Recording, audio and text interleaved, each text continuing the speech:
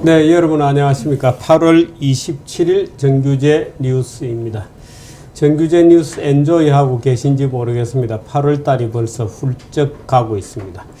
정규제 뉴스 시작한 지도 벌써 2달이 이렇게 지나고 있는데요. 이제 9월 달이 오면 글쎄요. 이제 유료로 또 전환하기도 하게 되고 저로서는 이제 유료로 되면은 뭐 더 열심히 해야 되는 여러 가지 이제 의무를 또 지게 되는 것 같습니다.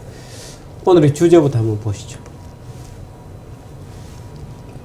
중국 경제가 왜 이런 상황에 왔는지에 대한 몇 가지 지표를 놓고 좀 분석해 보도록 하겠습니다. 전희경의 방송 감시는 오늘부터 새로 선보이는 코너입니다.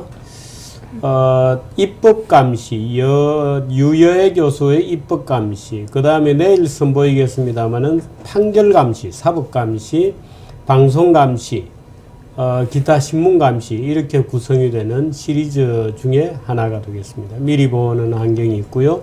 오늘 기발한 장 박사 모시고 재미난 얘기들도 들어보도록 하겠습니다. 오늘은 뉴스 보시죠.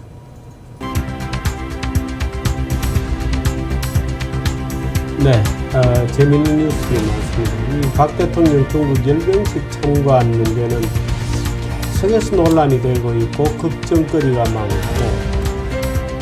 그렇습니다. 내년도 예산에 국방비를 좀 늘린다는 얘기가 있고요. 그 다음은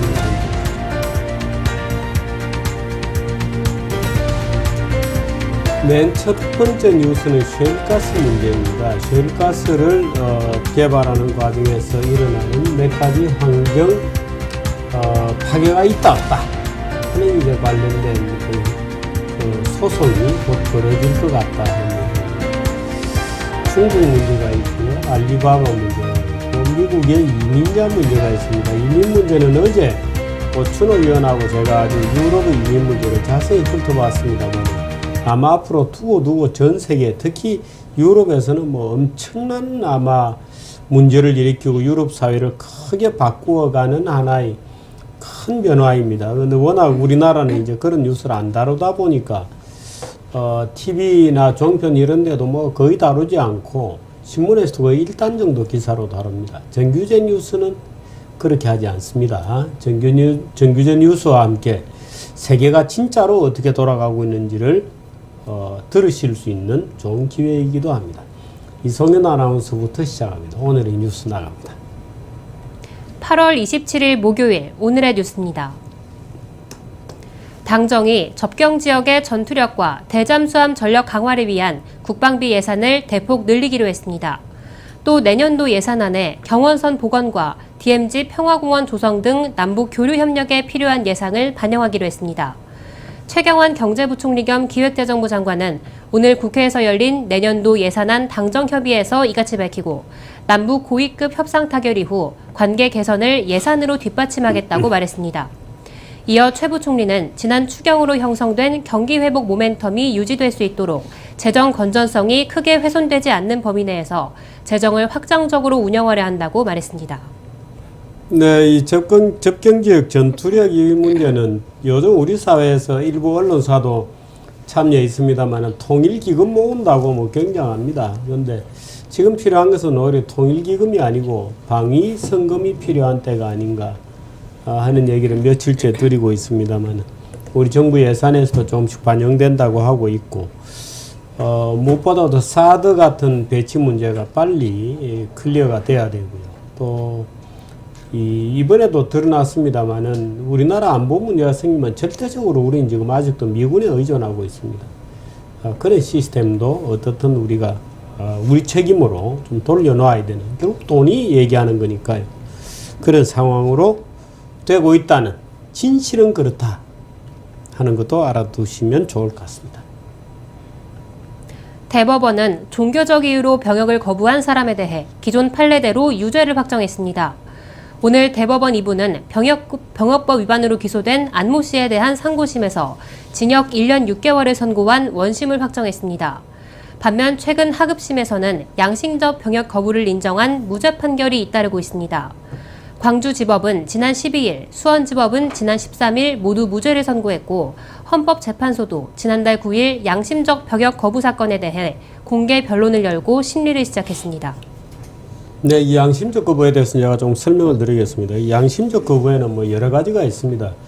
헨리 데이빗 소로 같은 분들이 이제 양심적 거부, 시민 불복종에 대해서 여러 가지 얘기를 했습니다만, 군사 문제와 관련된 양심적 거부가 지금 우리 하급심에서 너무 쉽게 무죄 판결이 잇따르고 있습니다. 근데 사실 이 무죄 판결을 내리게 되면 이 병력이라는 것은 공동체의 책임이고 어떻든 이제 신체가 구속이 되고 또는 뭐 여러 가지 기회비용으로 따지면 엄청난 이제 개인의 희생이 따르는 그런 공동체에 대한 의무입니다.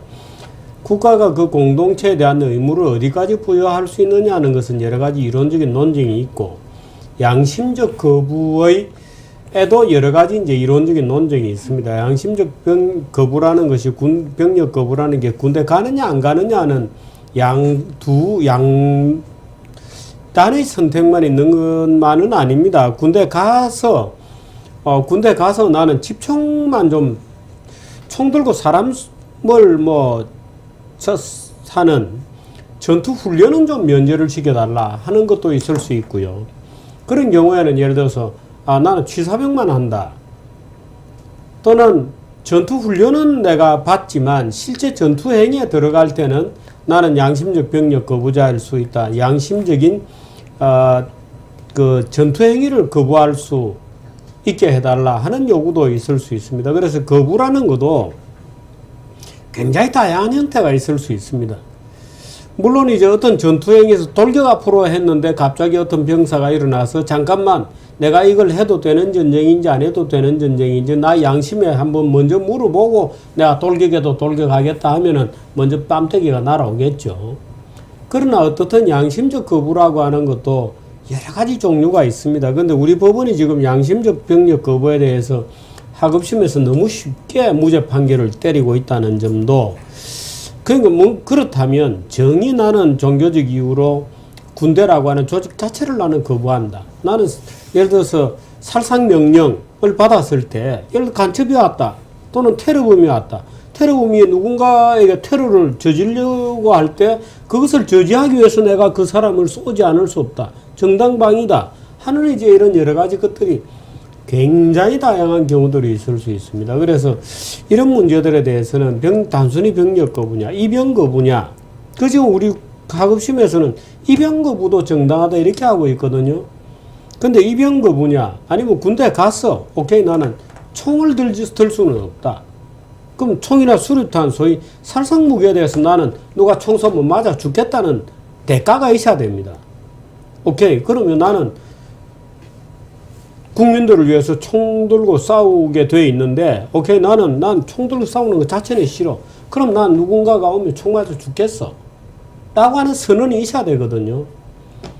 그 선언이 있고 난 다음에 그럼 집총이 거부가 되느냐 안 되느냐는 여러 가지 것들이 있고, 집총이 안 되면 안 되더라도 부대 안에서 여러 가지 할 수 있는 게 많이 있죠. 예를 들어서 뭐 취사병을 한다든지 뭐 무전병을 한다든지 뭐 여러 가지 그 봉사할 수 있는 군역에 할 수 있는 기회들이 많이 있습니다. 근데 꼭 굳이 예를 들어 양심적 거부를 입영 거부로 해놓고 다 무죄다 이런 식으로 지금 우리 하급심들이 무책임하게 때리고 있는 것은 있을 수 없는 판결이다. 그래서 뭐 판사들이 글쎄요, 뭐 나는 이 문제에 대해서 전혀 공부를 안 했다고 보지는 않습니다만은, 양심적 병력 거부 가지고 병력 거부가 적극적으로 인정되어야 된다고 논문 쓰고 한 사람이 바로 그 서울대에 있는 조국이죠. 그 참 저는 그것도 무책임하다고 봅니다만은, 이 병력이라고 하는 것은 나의 생명과 관련된, 타인의 생명과 관련된 그런 문제입니다. 내가 군대를 안 가는 것은 누군가의 생명에 의해서, 누군가가 생명을 대가라고 거는 희생에 의해서 내가 지금 보호받고 있는 것이거든요. 그럼 나의 보호는 무임승차할 거냐, 그 누군가는 왜 나 때문에 죽어야 되느냐 하는 문제가, 윤리적인 문제가 있습니다. 그래서 이 문제는 굉장히 종교적으로 철학적으로 복잡한 논란이 있기 때문에 우리 학업생들이 너무 가볍게 판단을 안 했으면 좋겠다 하는 생각을 해봅니다. 네, 다음 뉴스. 공정거래위원회가 담합징계를 남발하고 있다는 주장이 나왔습니다. 전국경제인연합회는 2006년부터 2015년 7월까지 약 10년간의 공정거래법상 담합사건 대법원 판결 197건을 조사한 결과 공정위가 패소한 사건은 모두 87건으로 44%의 패소율을 보였다고 밝혔습니다. 이는 일반적 행정사건의 정부기관 패소율인 27.7%보다 높습니다. 패소의 주요 원인은 담합증거 부족과 과징금 산정 기준 위반 등으로 나타났습니다. 네, 이 너무 남발하고 있기도 하고 또 과징금 액수가 너무 큽니다. 매출에다가 막 갖다 때리거든요. 예를 들어서 그 어떤 담합을 해서 얼마를 이익을 봤다. 그럼 그 이익을 본 액수에 때리는 게 아니고 아예 매출액에다 때립니다. 그러니까 사실 이거 공정거래위원회는 패소하기 위해서 때리고 있나 하는 느낌이 들 정도로 굉장히 무조건 소송입니다. 그럼 변호사만 먹고 살죠. 그래서 저는 물론 이제 공정위는 펄쩍 뛰고 또 설사 그럴 리야 있겠습니까마는 심지어 그렇게 의심이 들기도 하는 겁니다. 변호사 장사시켜 주려고 세게 때리나 하는 그런 기분도 어떤 때는 물론 억하심정으로 그런 기분을 가져봅니다만은 너무 세게 때립니다. 너무 많이 또 때립니다. 금액도 너무 크게 때립니다. 그러니까 소송 들어가면 변호사들만 살판 나고 공정거래위원회에서 근무할 변호사 구한다는 변호사들이 아예 줄을 씁니다. 왜? 정부에 들어가서 조금 공부를 해놓으면 나중에 정부를 상대로 소송하는데 무지하게 유리하거든요.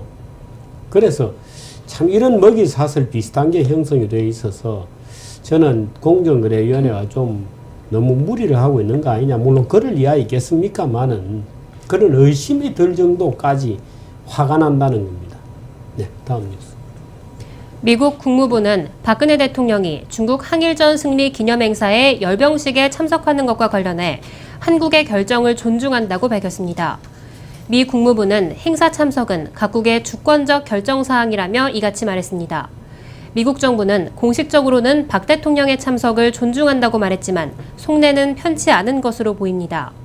한편 일본 언론은 이번 결정을 둘러싸고 박근혜 대통령의 중국 중시 자세가 더욱 부각됐다고 보도했습니다. 요미우리 신문은 오늘 청와대 발표를 전하면서 미국과 일본은 박 대통령의 참여에 우려의 뜻을 전했고 서방 선진국 정상들이 참여를 보류하는 가운데 박 대통령만이 돌출된 태도를 보이고 있다고 전했습니다. 네, 박근혜 대통령이 왜 중국 전성절에 굳이 가려고 하는지 모르겠습니다만 누군가가 아래에 있는 친중분자 누군가가 외교 라인에서 박근혜 대통령이 그 중국 가는 것을 기정사실로 일찌감치 만들어 놓아서 아마 뒤늦게 또 안 간다고 새삼스럽게 안 간다고 할 수 없기 때문에 아마 계속 끌려가고 있는 것 같습니다.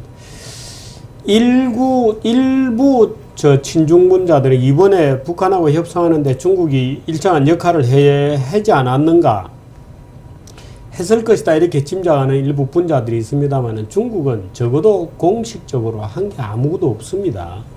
아무것도 없습니다. 한국에 와 있는 주한 중국 대사조차도 양쪽 다 싸우지 마라 이렇게 얘기했습니다. 무슨 지가 형노릇 하는 것도 아니고 양쪽 다 싸우지 마라니 말이 안 되는 얘기를 지금 하고 있습니다. 일부 친중분자들은 또 이렇게 얘기합니다. 북한에 대해서 얘기할 때마다 남북대화 뭐 이렇게 얘기하고 남북 간의 합의에 의한 평화통일 이따위 망발을 찌꺼리는 인간들도 굉장히 많습니다. 합의에 의한 남북통일. 김정은이가 합의에 의한 남북통일을 할 인간입니까? 북한의 정치 시스템이 합의에 의한 남북통일을 할 수 있는 조직입니까? 한심한 인간들이 자꾸 늘어나고 있어서 참 걱정이 많이 됩니다. 1부 뉴스는 여기까지 할까요?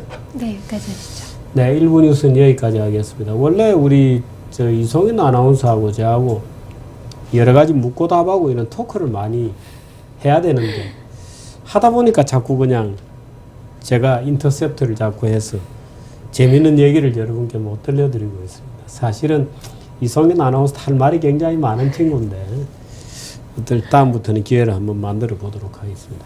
광고 들으시고 오정근 교수 만나겠습니다. 스파클링 하면 생기 있어지고 맛있어지고 건강해지고 행복해집니다. 당신의 생활에 스파클링이 필요한 순간 정수 얼음은 물론 다양한 농도의 스파클링을 바로